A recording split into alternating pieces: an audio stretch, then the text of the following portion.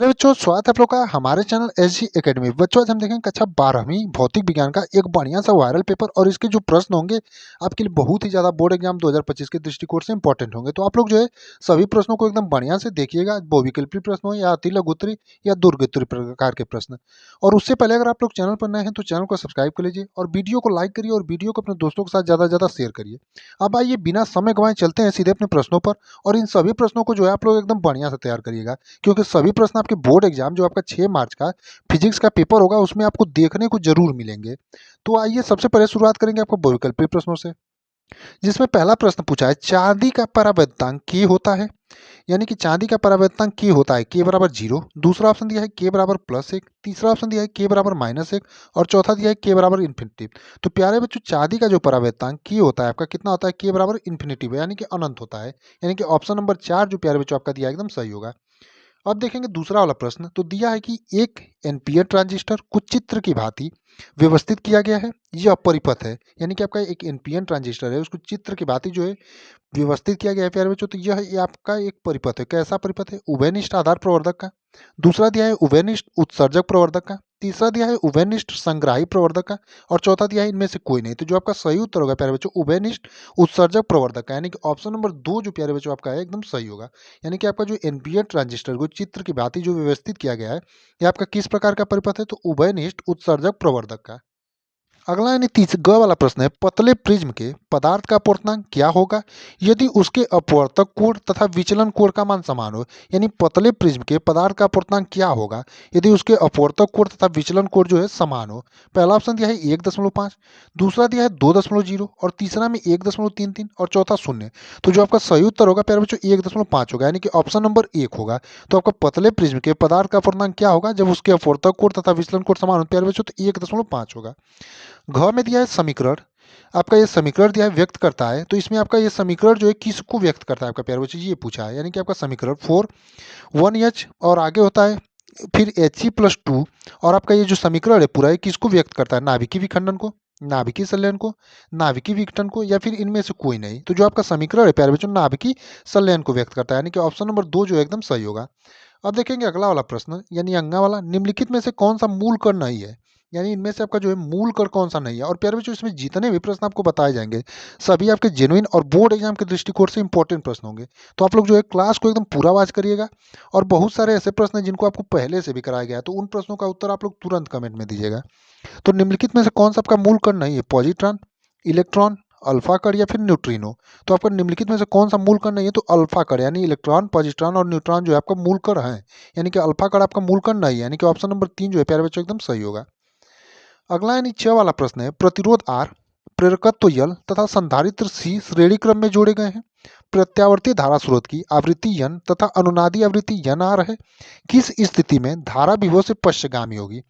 यानी कि आपका प्रतिरोध जो R है और प्रेरकत्व L और संधारित्र C जो है प्यारे बच्चों श्रेणी क्रम में जोड़े गए हैं। प्रत्यावर्ती धारा स्रोत की आवृत्ति n तथा अनुनादी आवृत्ति nr है। किस स्थिति में जो है धारा विभव से पश्चगामी होगी? पहला ऑप्शन दिया है n बराबर 0 पर, दूसरा दिया है n is greater than nr, तीसरा दिया है n is equal to nr और चौथा दिया है n is greater than nr। तो प्यारे बच्चों आपका जो सही उत्तर होगा चौथा होगा, यानी n is greater than nr पर जो है आपका धा- धारा जो है विभव से पश्चगामी होगी। अब आता है आपका सेक्शन बी यानी सब्जेक्टिव प्रश्न। और इसमें भी जितने प्रश्न होंगे आपके सभी इंपॉर्टेंट प्रश्न होंगे, तो प्रश्नों पर आप लोग जो है फोकस करिएगा। तो पहला आपके सब दूसरे का जो प्रश्न होते हैं सभी एक एक नंबर के होते हैं और 6 प्रश्न होते हैं। पहला है विद्युत चुंबकीय तरंगों की कोई दो मुख्य विशेषताएं लिखिए। यानी विद्युत चुंबकीय तरंग जो होती है प्यारे बच्चों इनकी दो मुख्य विशेषताएं आपको लिखने के लिए देगा। तो ये भी आपका वेरी इंपॉर्टेंट प्रश्नों में से एक है और ये एक नंबर में पूछा जाता है। दूसरा है देहली तरंग दैर्ध्य से आप क्या तात्पर्य? यानी देहली तरंग दैर्ध्य जो प्यारे बच्चों है उससे क्या तात्पर्य आपका होता है? तो देहली तरंग दैर्ध्य से आप क्या समझते हैं इसके बारे में आपको लिखना रहेगा। ग में आपका न्यूमेरिकल है n बराबर 3/2 अपवर्तनांक वाले कांच के एक उत्तल लेंस को n बराबर 3/2 अपवर्तनांक वाले द्रव में डुबोने पर फोकस दूरी और प्रकृति पर क्या प्रभाव पड़ेगा, ये आपको बताना रहेगा। घ वाला प्रश्न देखेंगे किसी ट्रांजिस्टर के धारा लाभ बीटा का क्या अभिप्राय है? यानी कि आपका कोई ट्रांजिस्टर है उसके धारा लाभ बीटा जो आपका है उससे क्या आपका अभिप्राय है या फिर आप क्या समझते हैं ये आपको बताना रहेगा। और ये जो आपके सभी प्रश्न एक एक नंबर के हैं। सातवां अंगा वाला है 7 N की पावर 14 नाभिक पर कूलाम में आवेश की गणना कीजिए। यानी ये जो आपका है इसके नाभिक पर जो है आपको कूलाम में आवेश की जो है गणना करने के लिए पूछेगा। अगला है और वेरी इंपॉर्टेंट प्रश्नों में से एक नंबर में ये क्वेश्चन आपका लगभग हमेशा पूछा जाता है कि एक हेनरी स्वप्रेरकत्व को परिभाषित कीजिए। तो आपका एक हेनरी स्वप्रेरकत्व क्या होता है प्यारे बच्चों? तो स्वप्रेरकत्व का वो गुण जिससे कारण एक कुंडली में प्रवाहित धारा के परिवर्तन के कारण उसमें प्रेरित विद्युत वाहक बल उत्पन्न होता है, यही आपका होता है एक हेनरी स्वप्रेरकत्व। अब सेक्शन सी में जो प्रश्न होंगे प्यारे बच्चों आपके दो दो नंबर के होंगे, तो इसमें भी आपके लगभग 4 प्रश्न होंगे।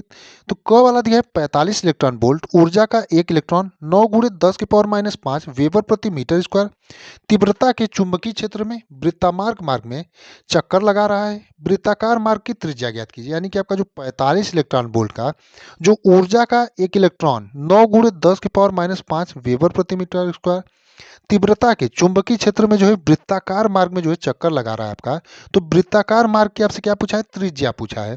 तो इसको भी आप लोग जो एकदम ध्यान से करिएगा।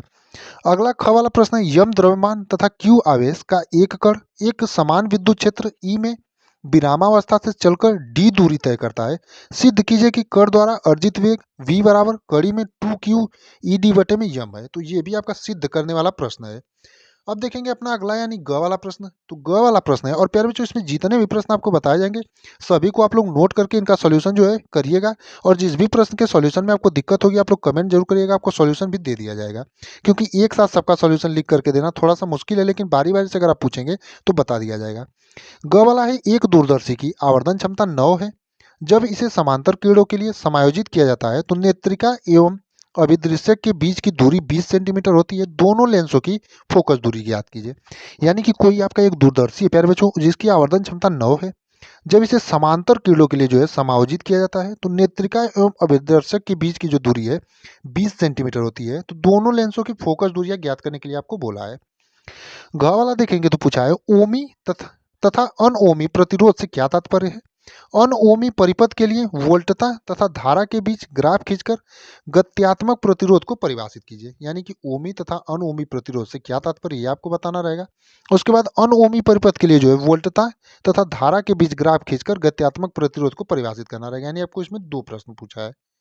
अगला देखेंगे आपका सेक्शन डी में, तो इसमें चौथे का क है या और इसमें जो आपके 3-3 नंबर के प्रश्न होंगे कि परमाणु क्रमांक एवं द्रव्यमान संख्या के आधार पर नाभिक का वर्गीकरण कीजिए तथा परिभाषित कीजिए। यानी परमाणु क्रमांक और द्रव्यमान संख्या के आधार पर जो है प्यारे बच्चों नाभिक का आपको वर्गीकरण करने के लिए बोला है और परिभाषित करने के लिए बोला है। दूसरा है ख में नॉर गेट क्या है, इसका तर्क प्रतीक खींचिए तथा सत्य सारणी प्राप्त कीजिए। यानी नॉर गेट जो प्यारे बच्चों आपका होता है वो क्या होता है और इसका तर्क प्रतीक जो है उसको खींचना रहेगा तथा इसकी सत्य सारणी प्राप्त करने के लिए आपको बोला है। ग में देखेंगे तो पूछा है किसी परिपथ में धारा एवं वोल्टता का समीकरण निम्नलिखित है। यानी कि कोई आपका परिपथ है उसमें धारा एवं वोल्टता का जो है समीकरण आपको दिया है, I बराबर 3.5 धारा का समीकरण आपको दिया है और यह वोल्ट का समीकरण दिया है यानी वोल्टता का। और आपसे पूछा क्या क्या है, तो धारा का वर्ग माध्य मूल मान ज्ञात करना है, दूसरा आपको आवर्तकाल और तीसरा धारा तथा वोल्टा के बीच कालांतर ज्ञात करना है। यानी 3 प्रश्न आपको इसमें से पूछा है, प्रत्येक आपकी 1-1 नंबर के होंगे उसमें। घ वाला है गामा कीड़ों के 4 प्रमुख गुण लिखिए। यानी गामा कीड़े जो होती है उनके 4 प्रमुख गुण जो है उसको लिखने के लिए बोला है। गामा तथा परावैंगनी कीड़ों में से तरंगदैर्घ्य दर किसकी अधिक होती है? यानी कि गामा और परावैंगनी जो कीड़े होती है उसमें से तरंगदैर्घ्य दर किसकी अधिक होती है ये आपसे पूछा है। अंगा में देखेंगे चुंबकीय याम्योत्तर से 30 डिग्री के कोण पर एक चुंबक को लटकाने पर वह क्षैतिज के साथ 45 डिग्री का कोण बनाती है, वास्तविक नति कोण का मान क्या होगा? यानी कि आपका चुंबकीय याम्योत्तर में जो है 30 डिग्री के कोण पर एक चुंबक को जो है लटकाने पर वह क्षैतिज के साथ 45 डिग्री का कोण बनाती है, तो वास्तविक नति कोण का आपसे मान पूछा है। और प्यारे बच्चों इसमें जितने भी प्रश्न आपको बताए जाएंगे सभी आपको फिर से बता दें कि इंपॉर्टेंट प्रश्न है, तो आप लोग सभी प्रश्नों पर एकदम गौर करिएगा क्योंकि प्रश्न आपकी यहीं से जो है बोर्ड एग्जाम में बनते हैं।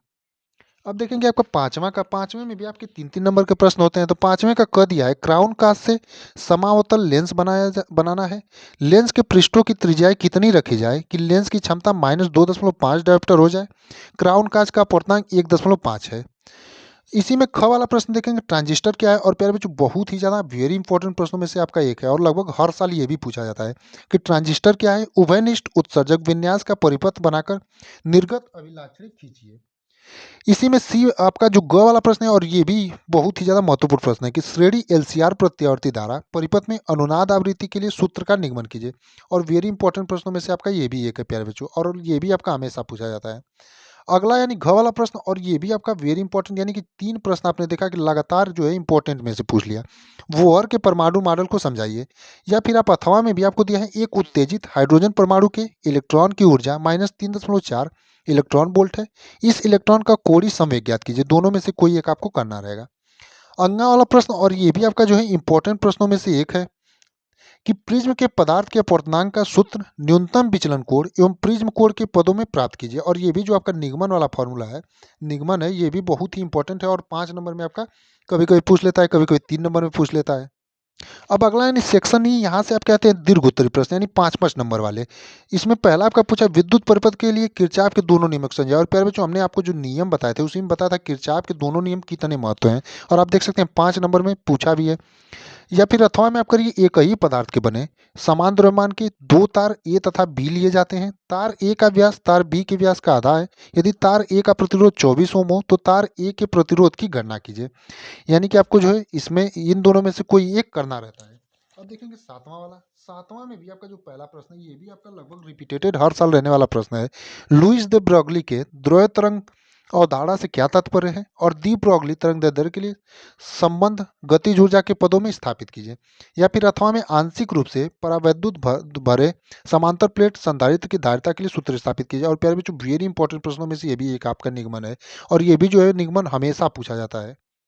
अब देखेंगे 8वां वाला प्रश्न, हाइड्रोजन परमाणु के लिए ऊर्जा स्तर आरेख बनाइए। इस आरेख में लाइमन, बामर, पास्टम ब्रैकेट तथा फुड श्रेणी के संक्रमण दिखाइए। ये श्रेणियां एक स्पेक्ट्रम के किस क्षेत्र में पाई जाती हैं, ये आपको बताना रहेगा। या फिर अथवा में आप इसको करिए, या फिर अथवा वाला करिए विद्युत चुम्बकीय प्रेरण से आप क्या समझते हैं। विद्युत चुम्बकीय प्रेरण संबंधी फैराडे के नियम को व्यक्त कीजिए। और वेरी इंपॉर्टेंट प्रश्नों में से ये भी आपका एक है कि विद्युत चुम्बकीय प्रेरण संबंधी आपका जो फैराडे का नियम है, और इससे विद्युत चुम्बकीय प्रेरण से आप क्या समझते हैं, ये भी आपका लगभग हर साल पूछा जाता है। अगला देखेंगे 9वां वाला, और 9 ही प्रश्न आपके बोर्ड एग्जाम के पेपर में पूछे जाते हैं। तरंगाग्र से क्या तात्पर्य है, और हाइजेंस के द्वितीयक तरंगाओं का जो सिद्धांत है, ये भी आपका वेरी इंपॉर्टेंट है कि तरंगाग्र से आप क्या समझते हैं। हाइजेंस के तरंगाग्र संबंधी सिद्धांत की व्याख्या करके परावर्तन के नियमों की व्याख्या कीजिए। या फिर अथवा में इसको करिए एलईडी से क्या तात्पर्य है, इसका सिद्धांत, संरचना एवं कार्यविधि समझाइए। और ये भी आपका जो क्वेश्चन है एलईडी वाला, ये भी जो है हमेशा पूछा जाता है, तो इसको भी आप लोग जो है बढ़िया से तैयार करिएगा। प्यारे बच्चों, बाकी इतने ही ऐसे ही क्वेश्चन जो है आपके बोर्ड एग्जाम में भी पूछे जाएंगे, तो आप लोग जो है इन सभी प्रश्नों को एकदम बढ़िया से तैयार करिएगा, क्योंकि सभी क्वेश्चन आपके बोर्ड एग्जाम 2025 जो 6 मार्च का फिजिक्स का पेपर होगा उससे रिलेटेड है। तो आपको किसी भी प्रश्न के अगर सॉल्यूशन में दिक्कत हो तो आप लोग कमेंट में जरूर बताइएगा, उनका सॉल्यूशन भी आपको बताया जाएगा। बाकी आप लोग अपनी बोर्ड की तैयारी में एकदम बढ़िया से लगे रहिएगा, और जो भी दिक्कत हो आप लोगों को बोर्ड एग्जाम की तैयारी में क्वेश्चन में, तो आप लोग जो है हमें कमेंट जरूर करिए। हम आपको पूरा किसी भी क्वेश्चन का सॉल्यूशन तुरंत देंगे। और चैनल को सब्सक्राइब कर लीजिए ताकि आगे आने वाले दिनों में जो भी वीडियो अपलोड हो आपको सबसे पहले उसका नोटिफिकेशन मिले।